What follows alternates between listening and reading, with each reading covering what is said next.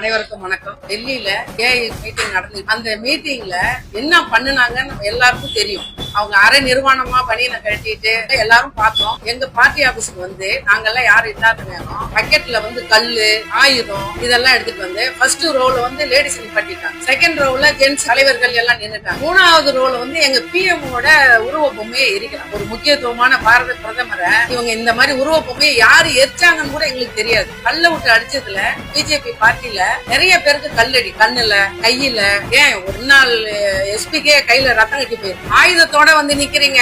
நாங்க ஆயுதத்தெல்லாம் எப்பவும் எடுக்கவே மாட்டோம். நாங்க அமைதியான முறையில அரசியல் பண்ணிட்டு இருக்கோம். இதை நீங்க வந்து அவதூறா ஜாதி மதம்னு சொல்லி பிரிச்சு மக்களை தூண்டி விட்டு இதே பொழப்பா இருக்காதுங்க. தயவு செய்து இனிமேலாவது மக்களுக்கு நல்லது செய்யணும்னு நினைச்சு நல்லதை பேச பாருங்க. வைத்திலிங்கஜி சொல்றாரு, நம்ம இனிமேல போகும்போது ஆயுதத்தோட தான்ப்பா போகணுங்கிறாரு. நல்ல பொசிஷன்ல இருக்காரு. அவரெல்லாம் இந்த வார்த்தையை யூஸ் பண்ணலாமா? அவர் இப்படி எல்லாம் பேசலாமா? ஆயுதத்தை எடுக்கலாம்னு சொல்லலாமா? அவங்க எல்லாம் ஆட்சியில இல்லாத போதே ஆயுதத்தை எடுங்கிறாங்க. இன்னும் ஆட்சிக்கு வந்துட்டா என்ன பண்ணுவாங்க? அதை ஒரு நிமிஷம் மக்கள் வந்து யோசிப்பாங்க. எல்லாரும் தங்கமனின்றாலே வாழ்வெல்லாம் ஆனந்தமே. ராம் தங்க நகை மாளிகை. ராம் என்றாலே ராசி. இது என் நேரடி கேள்வி. என்ஆர் பாஜக அரசுக்கு தயவு செய்து எங்களுக்கு சொல்லுங்க. நீங்கள் பெட்டி பச்சாவோ என்று சொல்றீங்க.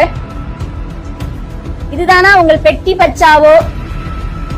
உங்கள் அரசுக்கு எதிராக பேசும், உங்கள் கொள்கைகளை கேள்வி எழுப்பும் ஒரு பெண்ணின் குணநலனை கொலை செய்வது இதுதானா?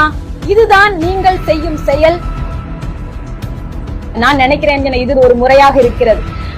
அவர்கள் த்ரிஷாவோட என்ன பண்ணாங்க, அப்புறம் இங்க நம்மளுடைய காங்கிரஸ் எம்பி ஜோதிமணியோட அவர்கள் மோசமா பேசினார்கள். ஒரு முறை மட்டும் அல்ல, பல முறை ஜோதிமணிஜியை குறித்து தவறாக பேசினார்கள். த்ரிஷாவை எதிர்த்து அவர்கள் என்ன செய்கிறார்கள் என்பதை நீங்கள் கண்டிருப்பீர்கள். எனவே இது அவர்கள் உருவாக்கிய ஒரு முறை.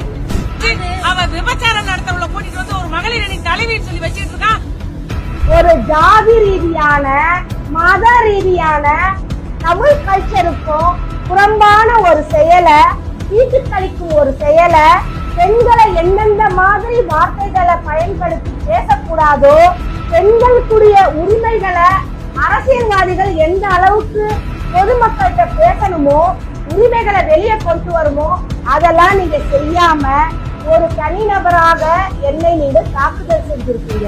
நாங்கள் அகிம்சையை ஃபாலோ பண்றவங்க உங்களை மாதிரி தடியையும் கழியையும் குச்சியையும் வச்சுக்கிட்டு ஜாதி ரீதியான அரசியலையும் வன்மமான வன்முறை அரசியலையும் செய்யும் காங்கிரஸ் மகளிர்கள் நாங்கள் கிடையாது.